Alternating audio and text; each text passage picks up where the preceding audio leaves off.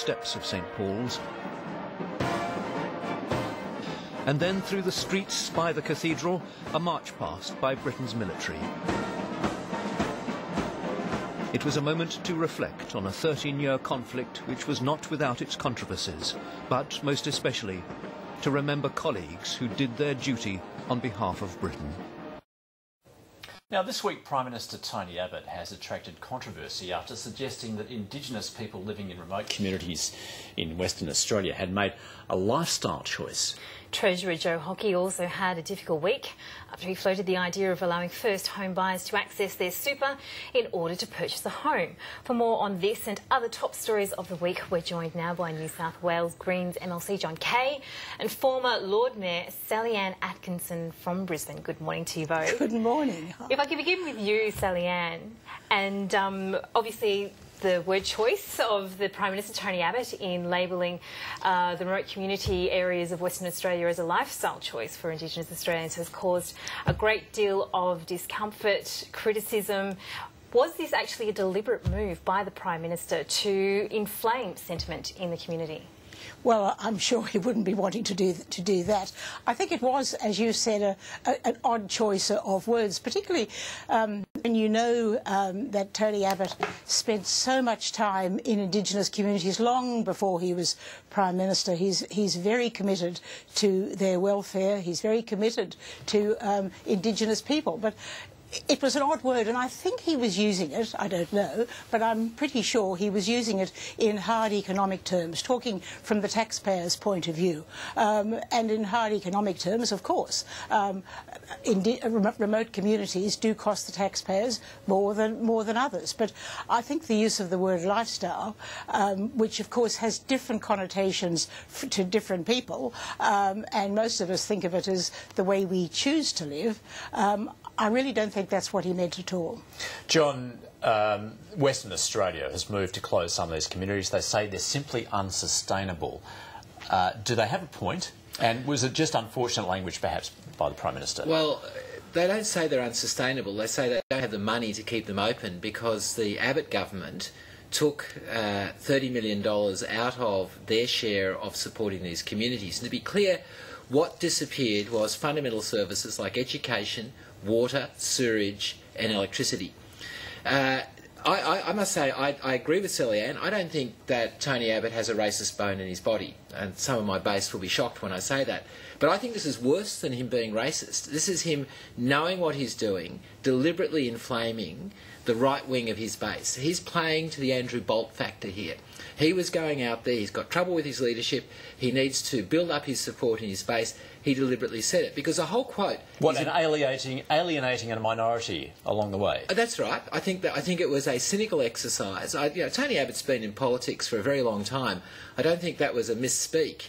And the whole quote is interesting. If I may read the whole quote, because the bit that's been read is, cannot endlessly subsidise lifestyle choices. But he went on to say, if those lifestyle choices are not conducive to the kind of full participation in Australian society that everyone should have.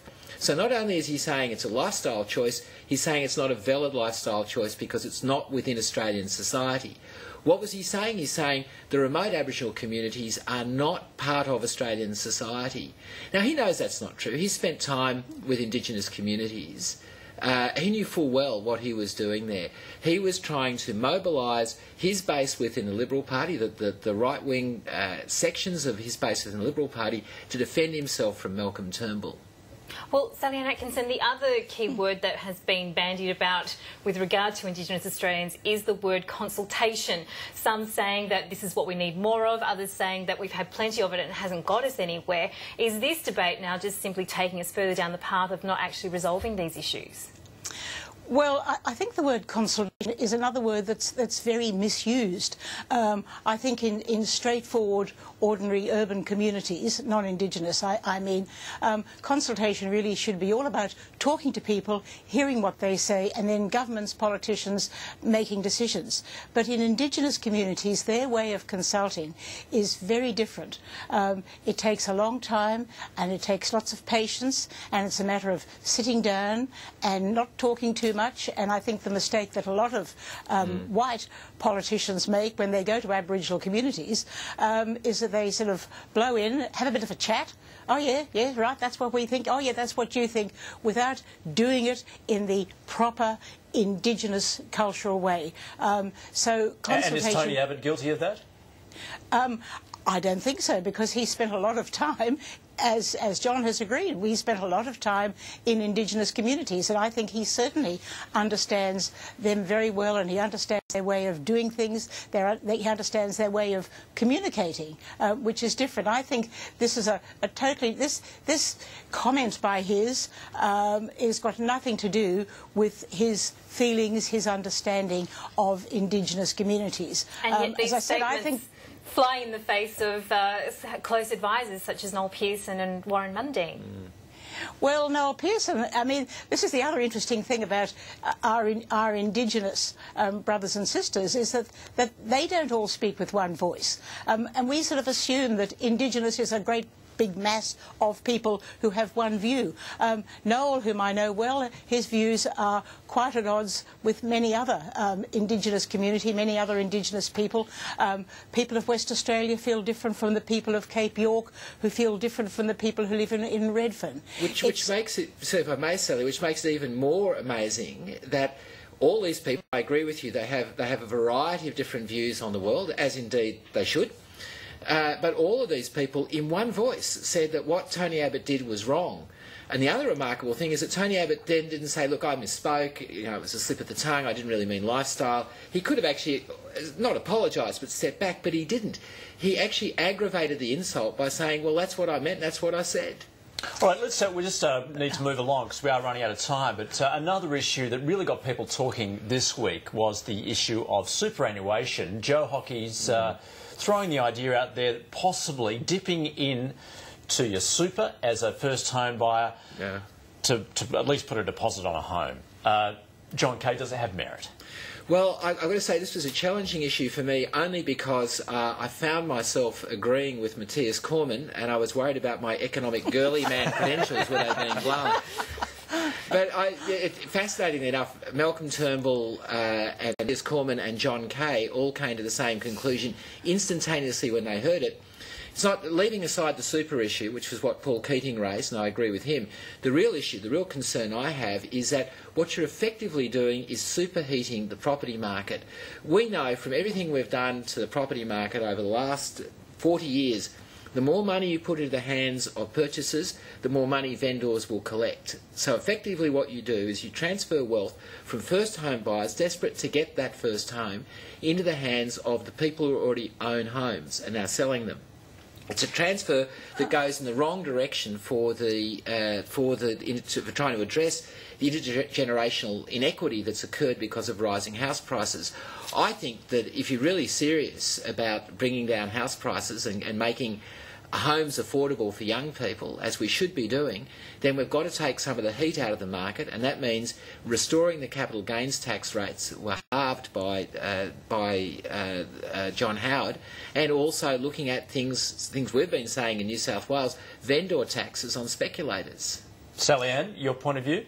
My point of view is that superannuation was intended for people when they retire. It's a sort of compulsory saving, and this was a very good thing. This is a very good thing. So don't touch it, in other words. And I don't think we should be touching it. And once you start fiddling with the edges there, once you start saying, well, perhaps first home buyers could dip into their super, well, other people are going to say, well, what about me? I've got another financial issue that I'd like to use my super for. And pure and simply, I think it's tremendously important for the country and for individuals that we have this. I mean, I started working before we had superannuation, certainly before we had compulsory superannuation, so people had to take responsibility for themselves. Well, now everybody has super, and everybody should be using that in retirement, and it's all sort of finely calibrated to pensions for people later on. And I think if we start fiddling with it, who knows where we'll end up, and it won't be good. So, Sally Ann Atkinson, in terms of that issue, that won't provide much comfort to first home buyers, will it? No, it won't, but that's a huge issue, and that really is, you know, I've got a lot of grandchildren who will be coming up to that problem for first home buyers. And of course, I think a lot of young people have very high expectations of where they want to live, and talking about lifestyle choices, if you want to live, if you insist on living in the eastern suburbs of Sydney, or, you know, certain parts of Brisbane or Melbourne, you are going to have a lot of trouble buying your first home there. So I think that young people have to be prepared to broaden their horizons in a very literal way. Silly Anne, you can't do that. It's absolute. Young people are doing that. But they're being driven out away from their family, away from their friends, away from where they grew up. And they're being driven out because property speculators, and my generation as well, are making a fortune out of their homes. And why can they do that? Because we don't tax the benefits that are made, fully tax the benefits that are made by property speculators. People who, not their own home, but people who own a second or a third property, is not appropriately taxed at the point of sale. Absolutely, but that's a different issue from superannuation. Oh, totally, and I'm with you on this. I don't think we should... superannuation should be superannuation. I think you, me and everybody else, except for Joe Hockey, are on the one ticket on that. We'll agree to agree on that issue at least. Yeah. John Kaye, Sally Ann Atkinson, thanks so much. Thank you. Thank you.